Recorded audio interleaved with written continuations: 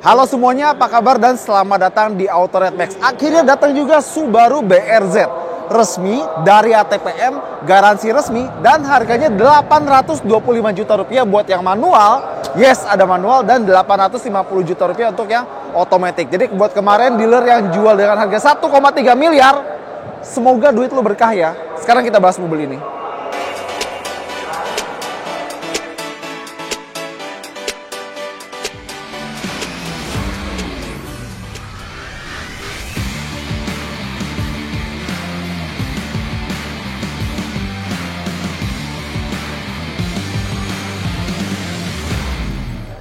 Nah, pertama-tama kita pengen bilang kalau kita udah bikin video Toyota GR86.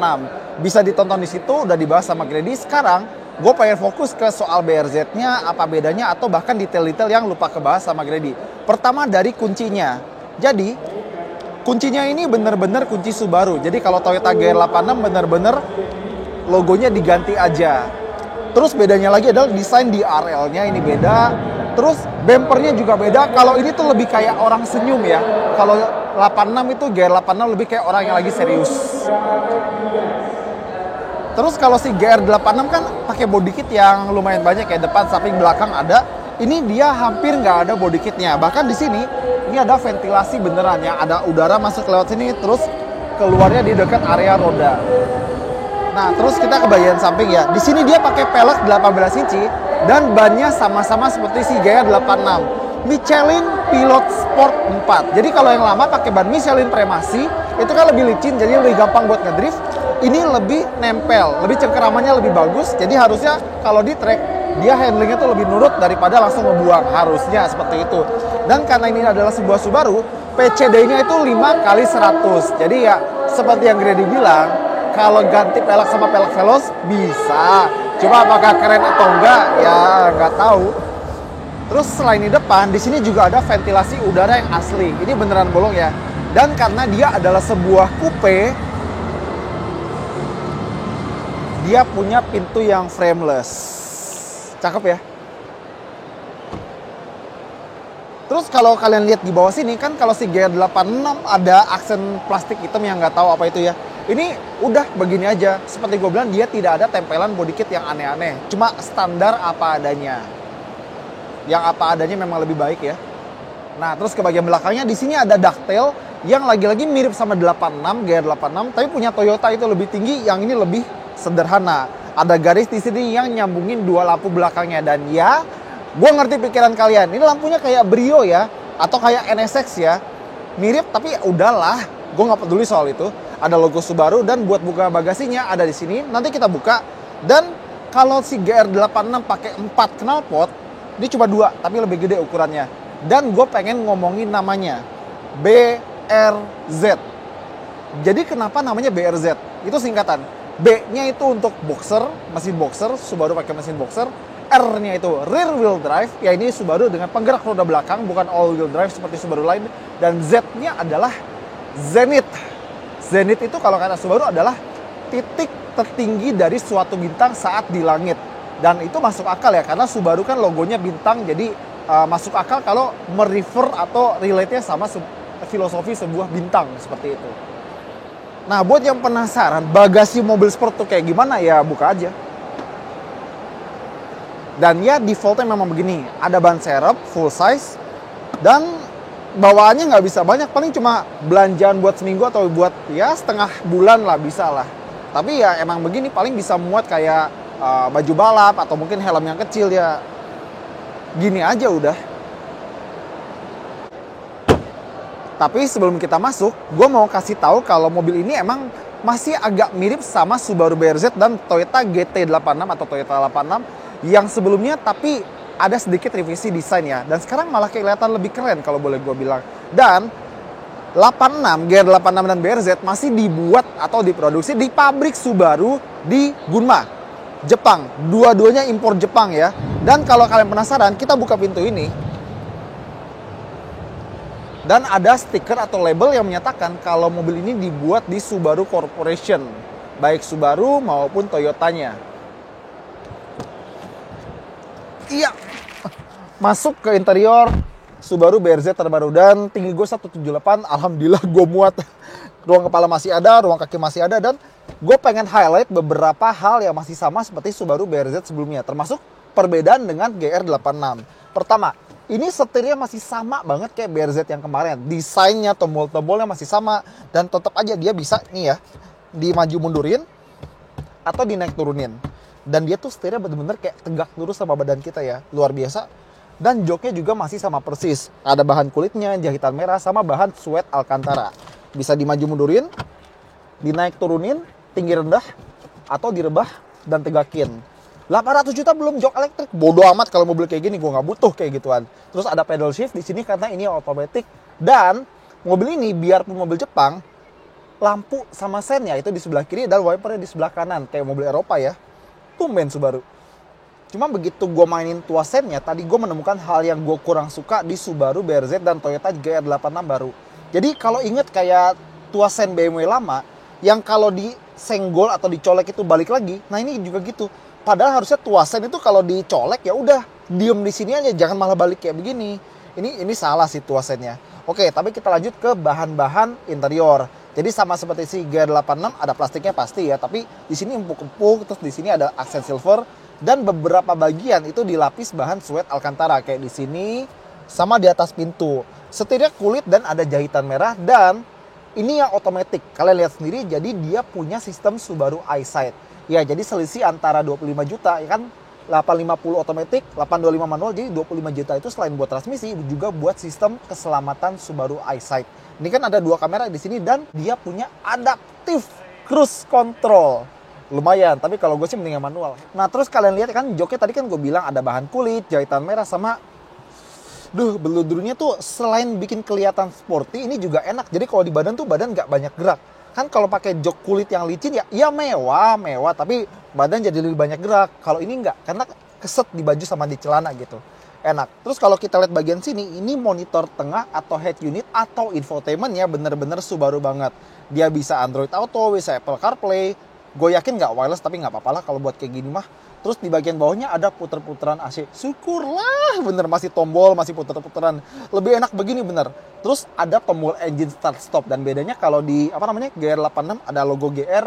Di sini nggak ada logo Subaru maupun STI. Nggak ada ya. Terus ada toggle switch. Ini keren tapi sebenarnya ini cuma buat AC-AC-an aja. Nah persis di belakangnya ini tuas transmisinya, persnelennya masih sama kayak 86 dan BRZ yang lama. PRND, manual, Tiptronic, dan dia ada rem tangan manual. Bener-bener mancing ini buat nakal ya, ngepot-ngepot. Mantap. Terus ada 3 switch atau 3 tombol di sini. Yang paling kiri buat nyalain atau matiin stability control dan traction control. Ini yang tengah buat milih mode berkendara kayak gearbox atau transmisi ya. Ada sport buat yang sporty atau snow yang nggak tahu kapan kepakainya.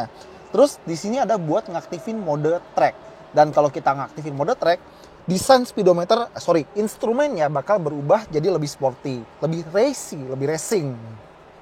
Terus di belakang sini ada tombol buat penghangat jok yang sebenarnya kepake sih kalau habis kehujanan kayak gini. Jadi di luar Gias lagi hujan, jadi kalau misalnya nyalain ini pasti hangat nih, apalagi kalau habis kehujanan. Ada cup holder 1 dan di bagian belakang sini ada center console box yang kalau dibuka ada 2 cup holder lagi sama aux dan USB. Tapi belum ada USB-C ya, USB biasa semua. Dan kalau misalnya perbedaan dengan GR86, kan kalau GR86 ada motif kayak camo ya atau dry carbon gitu di bagian tengah sama di door trim atau di sini, ini nggak ada, polosan aja. Sama kalau di GR86 kan stereonya buatan JBL, ini nggak ada mereknya. Tapi ya audio doang di mobil sport, jujur gue bodo amat lah, yang penting nyetirnya asik, handlingnya bagus, atau kalau misalnya bisa performanya bagus juga.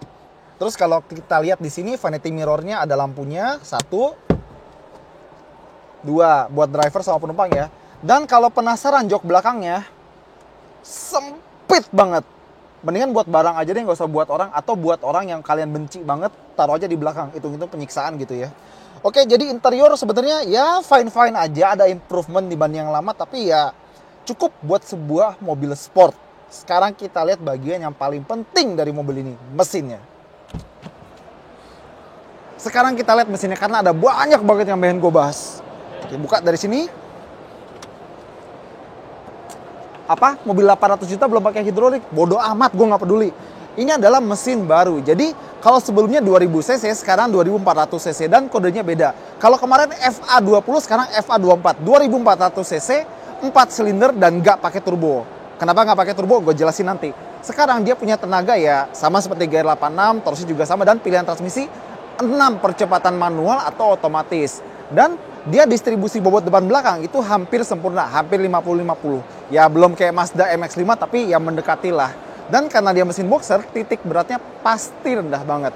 Dan sebenarnya gearboxnya sama kayak yang kemarin, sama 86 atau BRZ kemarin, tapi materialnya lebih diperkuat karena dia punya torsi yang sedikit lebih gede daripada sebelumnya. Dan mobil ini punya final drive yang beda, makanya akselerasinya bisa sedikit lebih kencang daripada sebelumnya. Dan buat kalian yang bertanya, kenapa nggak pakai turbo? Kenapa harus gedein mesin? Pakai turbo lah, pakai apa gitu? Kalau ngelihat di mesinnya Subaru WRX atau WRX STI, itu mesinnya nggak serendah ini, ditinggiin, dan turbonya itu ada di bawah. Jadi jalur exhaustnya agak panjang.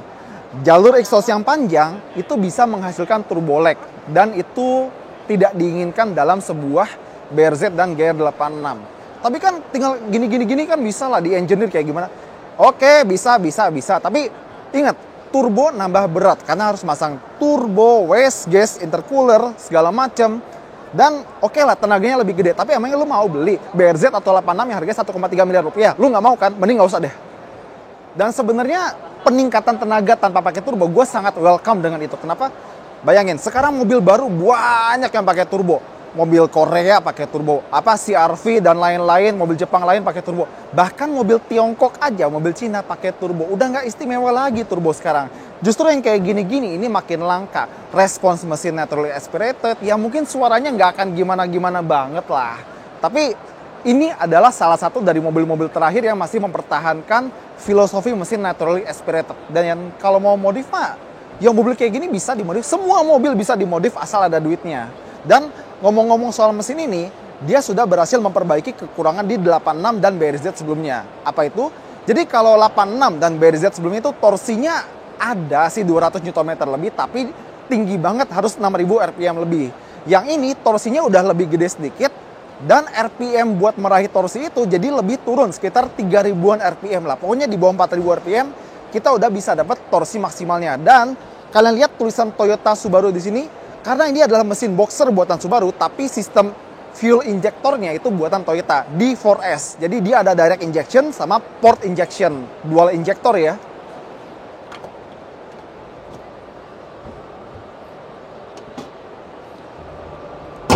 Nah, ini yang manual. Jadi bedanya kalau yang manual nggak ada eyesight ya, nggak ada kamera di depan, nggak ada adaptive cruise control, dan nggak ada driving mode. Jadi kalau tombol sport sama snow di otomatis ada, ini nggak ada. Tapi yang penting ini, transmisi manual 6 percepatan, close ratio, dan mindahinya tuh enak banget. 1, 2, koplingnya enak juga, 4, 5, 6. Enak banget beneran. Dan kalau mau mundur, tarik cincin ini, masuk gigi mundur. Kalau disuruh pilih, mending yang manual dah, beneran. Selisih 25 juta dan rasanya sensasinya tuh lebih memuaskan. Ya, jadi itu dia review tentang Subaru BRZ. Dan gue sangat bersyukur. Kenapa? Karena Toyota dan Subaru punya cara yang masing-masing dalam mempersembahkan mobil ini kepada konsumen dan penggemar otomotif di Indonesia, khususnya di pasar mobil sport. Oke lah, 86 harganya lebih tinggi, tapi ini juga menawarkan pilihan yang tidak kalah menarik. Misalnya pilihan transmisi manual dan sistem keselamatan Subaru ASI. Tapi manapun yang kalian pilih, mau BRZ, mau GR86, gue menjamin kayaknya mobil ini akan sangat menyenangkan. Tapi untuk membuktikan itu, kita harus pinjam unit tesnya nanti. Semoga asik ya. Oke, semuanya itu aja dari kita. Thank you banget udah nonton. Jangan lupa jempolnya, komentar, dan subscribe. Dadah.